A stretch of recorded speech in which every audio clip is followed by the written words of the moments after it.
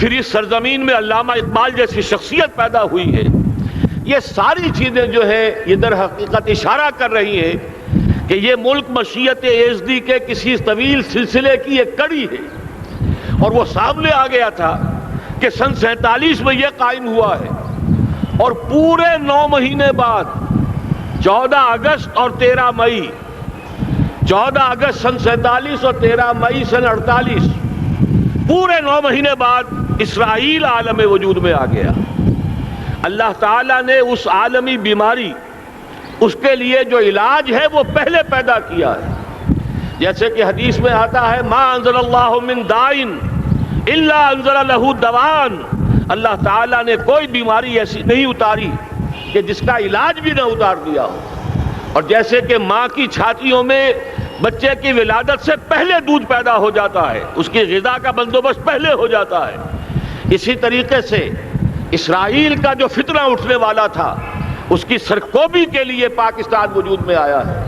اور آج وہ مرحلہ آ گیا ہے تاریخ کا ایک عظیم موڑ. آپ دیکھیں گے کہ بڑی مشابہت پیدا ہو گئی ہے.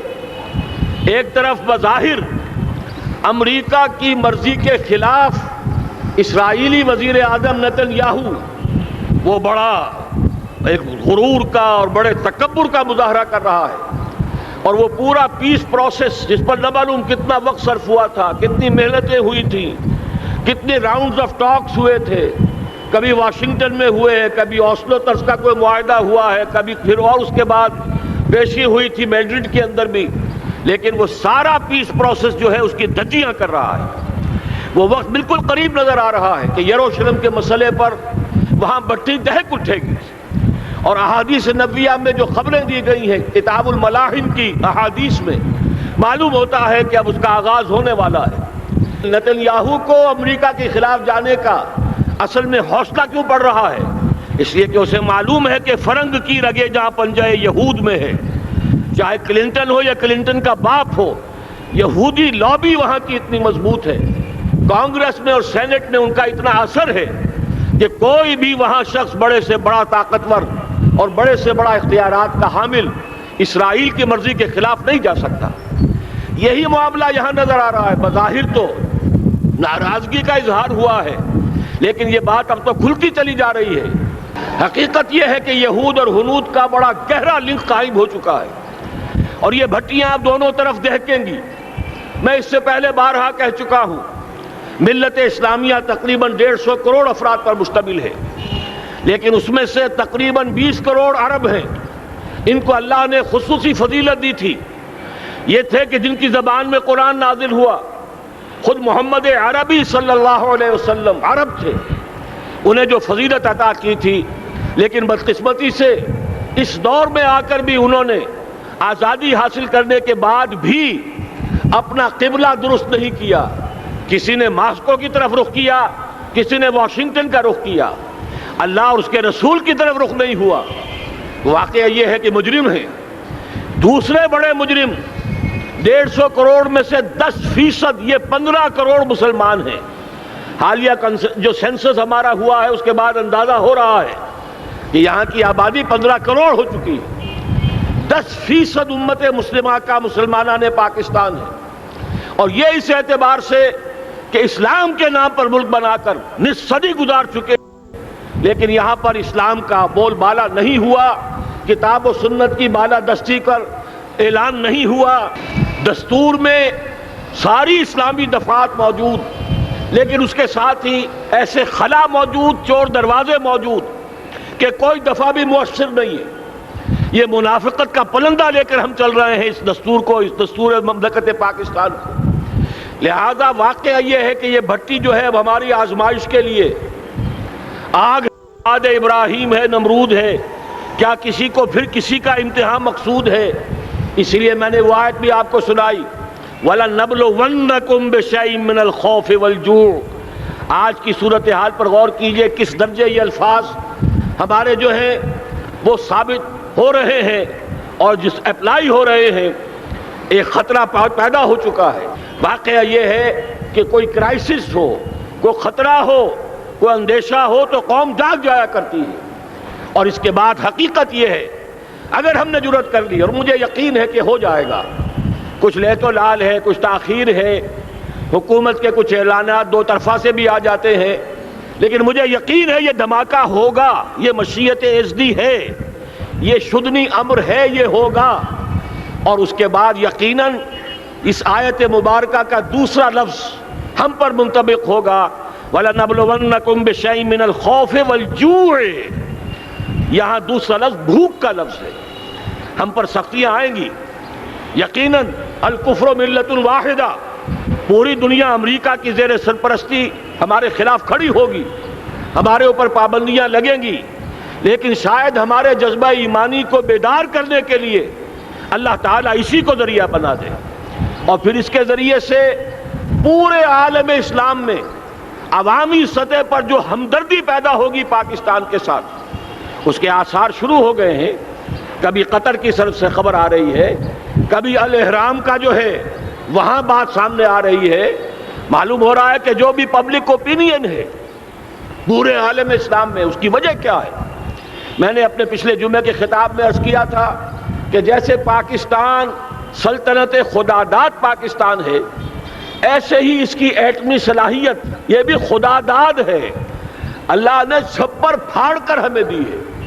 ایسا نہیں تھا کہ ہم نے لیبارٹریاں بنائی ہوں، ہمارے سینکڑوں اور ہزاروں سائنسدان ریسرچ میں لگے ہوئے ہوں، نہیں، اچانک اللہ تعالیٰ کی طرف سے ہمیں ایک نعمت غیر مترقبہ عطا ہو گئی ڈاکٹر عبدالقدیر کی شکل میں۔ پھر نہ معلوم کس کس ذریعے سے اس پروگرام کو آگے بڑھانے کے لیے جن پرزوں کی ضرورت تھی، کس کس ذریعے سے وہ پرزے یہاں پہنچے ہیں، یہ بھی خالص خداداد صلاحیت ہے، اور اس کو سمجھ لینا چاہیے کہ یہ ہمارے لیے ایک فرض کفایہ کے درجے میں ہے پوری امت مسلمہ کی طرف سے۔ اس کی وجہ کیا ہے؟ پورے عالم اسلام میں کہیں اور یہ صلاحیت موجود نہیں۔ کچھ ایٹمی دانت نکلنے کا امکان پیدا ہوا تھا عراق میں، آپ کو معلوم ہے کئی سال پہلے اسرائیل کے جیٹس آئے اور اس کی ایٹمی تنصیبات کو تہس نہس کر کے چلے گئے۔ اس کے بعد جو کچھ ہوا ہے خلیج کی جنگ میں، اس کا اگلا پچھلا کھایا پیا سارا اگلوا دیا، اور اس کے لیے جو پابندیاں ہیں شدید سے شدید تر ابھی تک چلی آ رہی ہیں۔ تو اچھی طرح سمجھ لیجئے کہ پورے عالم اسلام میں صرف ایک پاکستان ہے، پوری دنیا میں صرف ایک ملک ہے جو اسلام کے نام پر بنا، پورے عالم اسلام میں صرف ایک ملک ہے جس کے پاس ایٹمی استعداد ہے۔ ان دونوں چیزوں کو سامنے رکھیے تو پھر مشیت ازدی میں مختلف چیزیں جو اللہ تعالیٰ کی اس تدبیر کے اندر موجود ہیں، اس کی کچھ نہ کچھ کڑیاں جو ہے ملتی نظر آتی ہیں۔ لہذا اگر یہ معاملہ اب ہو جاتا ہے تو یقیناً اگرچہ سختی آئے گی، وَلَنَبْلُوَنَّكُمْ بِشَيْءٍ مِّنَ الْخَوْفِ وَالْجُوعِ، لیکن ایک تو یہ کہ اس قوم کے اندر سے انشاءاللہ جذبہ ایمانی برآمد ہوگا، اس قوم کے اندر سے ایثار اور قربانی کے جذبات برآمد ہوں گے، پورے عالم اسلام کی اخلاقی سپورٹ اسے حاصل ہوگی۔ اور میں یہ سمجھتا ہوں کہ جیسے نوائے وقت نے بھی بہت اچھا کیا، کل یا پرسوں کے اپنے جو سر وقت پر وہ احادیث شائع کر دی ہیں، جن میں سے دوسری حدیث بڑی معنی خیز ہے۔ حضور نے فرمایا اصابتان احرزہم اللہ من النار، دو لشکر ایسے ہیں کہ جن کو اللہ تعالیٰ نے جہنم کی آگ سے چھٹکارے کا پروانہ دے دیا، وہ لشکر جو ہیں وہ جہنم کی آگ سے چھٹکارا پا گئے، احرزہم اللہ من النار۔ وہ دونوں لشکر کون سے ہوں گے؟ اصابت یغزو الہند، ایک وہ کہ جو ہندوستان پر حملہ آور ہوگا، اور دوسرا وہ جو حضرت مسیح علیہ السلام کے ساتھ جبکہ ان کا نزول ہوگا، اور اللہ تعالیٰ ایک مجدد، اس آخری دور کے مجدد کی حیثیت سے حضرت مہدی کو بھی ہمارے درمیان میں سے اٹھائے گا، اور پھر جو آخری فیصلہ کن جنگ ہوگی الملحمۃ العظمیٰ، اس کے لیے یہاں سے فوجیں جائیں گی ان کی مدد کے لیے۔ اب ان دونوں فوجوں کو ایک حدیث میں جمع کرنے سے اندازہ کر لیجئے کہ اس کا مطلب کیا ہے۔ یہ علاقہ پاکستان اور اس سے ملحق افغانستان، یہ علاقہ ہے کہ جو اسلام کا گہوارہ پہلے بنے گا، یہاں سے فوجیں جائیں گی، اور دائیں بھی اور بائیں بھی، مشرق میں بھی اور مغرب میں بھی، اور یہیں سے انشاءاللہ تعالی اسلام کا جو عالمی غلبے کا جو وعدہ ہے اللہ کا، کی خبر دی ہے محمد الرسول اللہ صلی اللہ علیہ وسلم نے، کہ لا یبقى علی الارض بیت وبر ولا مدر الا ادخلہ اللہ کلمۃ الاسلام، اس روئے ارضی پر کوئی گھر بچے گا نہ خیمہ بچے گا جس میں اللہ تعالیٰ کلمہ اسلام کو داخل نہ کر دے۔ وہ حدیث کے جس کے بارے میں فرمایا گیا، حضور نے ارشاد فرمایا، حضرت ثوبان سے روایت ہے کہ اللہ تعالیٰ نے میرے لیے ساری زمین کو سمیٹ دیا۔ ان اللہ زوالی الارض فرأیت مشارقہا و مغاربہا، میں نے اس زمین کے سارے مشرق دیکھ لیے، سارے مغرب دیکھ لیے، لیکن یہ جان لو ان امتی سیبلغ ملکہا ما ذوی لی منہا، میری امت کی حکومت ان تمام علاقوں پر قائم ہو کر رہے گی جو پوری زمین کو لپیٹ کر مجھے دکھا دیے گئے۔ یہ وعدہ پورا ہونا ہے، اور اس وعدے کا نقطہ آغاز یہی سرزمین، اور جیسا کہ ہمیں افغانستان میں آثار نظر آ رہے ہیں، ایک خالص دینی مذہبی حکومت قائم ہو چکی ہے۔ افغانستان کا 80% علاقہ امن کا گہوارہ بن چکا، علماء کی وہاں قیادت ہے اور حکومت ہے۔ یہ پاکستان اور افغانستان مل کر، جیسا کہ آپ کو یاد ہوگا میں نے جب تجویز پیش کی تھی کہ حکومت پاکستان فوراً تسلیم کرے طالبان کو، اللہ کا شکر ہے، میں یہ نہیں کہتا کہ میرے کہنے کی وجہ سے ہوا، لیکن بہرحال اللہ کا فضل ہوا کہ چند دن کے بعد ہی حکومت پاکستان نے تسلیم کر لیا طالبان کی حکومت کو۔ میری دوسری تجویز ابھی پینڈنگ ہے، پاکستان اور افغانستان کا کے درمیان کانفیڈریشن قائم کیا جائے۔ یہ ملک دونوں مل کر واقعتاً، کہ ایک نے واقعتاً 15 لاکھ سے زیادہ جانیں دے کر مرنا سیکھ لیا ہے، اور جو قوم مرنا سیکھ لے اسے کوئی مار نہیں سکتا، اسے کوئی شکست نہیں دے سکتا۔ اور ایک وہ قوم ہے پاکستان میں کہ جو 400 سال کی تجدیدی مسائل کے اثرات کی امین ہے، یہ اس کا تراث علمی ہے، چاہے وہ تحریک حضرت مجدد الفسانی کی تھی، چاہے وہ علمی تحریک شاہ ولی اللہ کی تھی، چاہے وہ تحریک جہاد سید احمد بریلوی کا تھا، چاہے اور جو بھی رجال عظیم پیدا ہوئے ہیں 14ویں صدی ہجری میں، ان سب کے اثرات یہاں موجود ہیں۔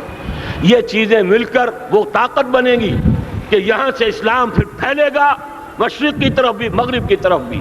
اصابۃ تغزو الہند و اصابۃ مع عیسیٰ ابن مریم، یہ چیزیں جو ہونی ہیں الحمدللہ میں سمجھتا ہوں کہ اب تیزی کے ساتھ حالات اس رخ پر جا رہے ہیں۔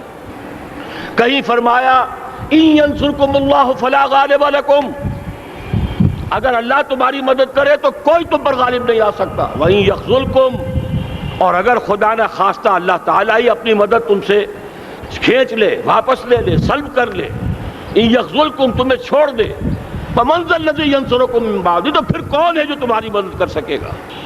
اس مرحلے پر سیاسی جماعتیں اپنے جو ان کا مزاج ہے اس کے مطابق چاہتی ہیں کہ کیپٹلائز کریں، پولیٹیکل مفادات حاصل کریں۔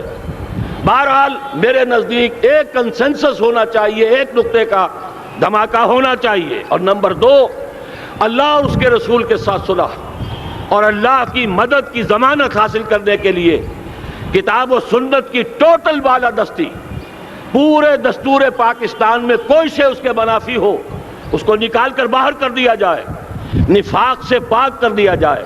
جیسے دعا ہے اللہم ربنا طہر قلوبنا من النفاق، اسی طرح دعا مانگیے کہ اللہ ہمارے ملک کے دستور کو نفاق سے پاک کر دے۔ اور وہ ساری ترامیم جن کا کہ ہم نے ایک مہم بھی چلائی تھی، وہ ترامیم جس کا تقریباً وعدہ کیا تھا نواز شریف صاحب نے، جس کے لیے 2 مرتبہ ایک محفل میں کہا تھا راجہ ظفر الحق صاحب سے کہ راجہ صاحب پھر تیاری کیجئے اور دستور کی ترمیم کا بل تیار کیجئے، لیکن یہ کہ معلوم ہوتا ہے کوئی بڑا ہاتھ ایسا تھا جس نے روک دیا ہے۔ یہی ہاتھ ہے جو آج ہمیں ایٹمی دھماکہ کرنے سے روک رہا ہے۔ ہمیں چاہیے کہ یہ دونوں دھماکے بیک وقت کریں، اور ان دونوں دھماکوں کے بعد پھر چاہے دنیا کی کوئی طاقت ہماری دشمن بن جائے، ہمارے لیے اللہ تعالیٰ کی مدد و نصرت ہوگی۔ وَلَنَبْلُوَنَّكُمْ بِشَيْءٍ مِّنَ الْخَوْفِ وَالْجُوعِ وَنَقْصٍ مِّنَ الْأَمْوَالِ وَالْأَنفُسِ وَالثَّمَرَاتِ وَبَشِّرِ الصَّابِرِينَ الَّذِينَ إِذَا أَصَابَتْهُمْ مُصِيبَةٌ قَالُوا إِنَّا لِلَّهِ وَإِنَّا إِلَيْهِ رَاجِعُونَ۔ تو قوم انشاءاللہ تعالی، میں یہ سوچا کرتا تھا قوم مردہ ہے، بے حس ہو چکی ہے، دین سے عام طور پر بیزاری پیدا ہوتی جا رہی ہے، جو ہمارے دینی قیادت ہے اس سے بھی لوگوں کے اندر مایوسی پیدا ہو رہی ہے۔ کیسے ہوگا؟ میں نے بارہا کہا جب میں یہ شواہد دیکھتا ہوں جو حدیث میں ہے، جس کی خبریں دی گئی ہیں، 400 سال کی تاریخ دیکھتا ہوں، تو مجھے پاکستان کا مستقبل بہت شاندار نظر آتا ہے۔ یہ تو مشیت ایزدی میں کسی بہت اہم رول کو پلے کرنے کے لیے قائم ہوا ہے۔ جب میں زمینی حالات کو دیکھتا ہوں تو مایوسی ہوتی ہے، لیکن میں یہ سمجھتا ہوں کہ وہ وقت آ گیا ہے کہ جس میں یہ قوم جھنجھوڑی جائے۔ ایک دفعہ کا یہ جھنجھوڑا جانا انشاءاللہ تعالی ہمارے بہت سے دل اندر دور کر دے گا۔ آخر چینی کیا تھے؟ ایک 10 صدی پہلے کے چینی افیمی قوم آج کہاں سے کہاں پہنچ گئی ہے۔ ہمارے اندر بھی چاہے یہ کہ اوپر راکھ ہے، اندر چنگاریاں ہیں، ان چنگاریوں کے بھڑکنے کا وقت آ گیا ہے، اور انشاءاللہ العزیز اسی ایٹمی دھماکے سے اس پورے عمل کا جو ہے آغاز ہو جائے گا، جس سے یہ سرزمین پاکستان اسلام کا گہوارہ بنے، اور پھر یہاں سے پوری دنیا میں اسلام کے غلبے کی جد و جہد کا آغاز کیا جائے۔ بس میں اسی پر اکتفا کر رہا ہوں۔ اللہ تعالیٰ سے دعا کرتا ہوں کہ وہ ہمارے حکمرانوں کو، اگر تو کوئی تاخیر ہو رہی ہے انتظامی امور کی وجہ سے، کوئی بات نہیں، بہرحال معاملہ ایک اچانک ہو گیا ہے، لیکن مجھے توقع ہے کہ انشاءاللہ وہ دھماکہ ہوگا اور جلد ہوگا۔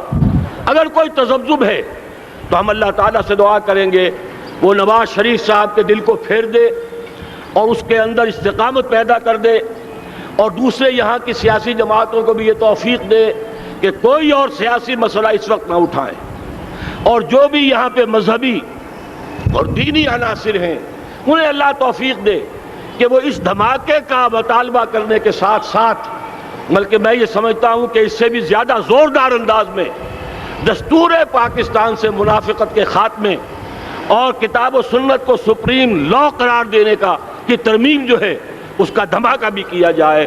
اللہ تعالیٰ ہمیں اس کی توفیق عطا فرمائے۔ اقول قولی ھذا واستغفر اللہ لی ولکم ولسائر المسلمین والمسلمات۔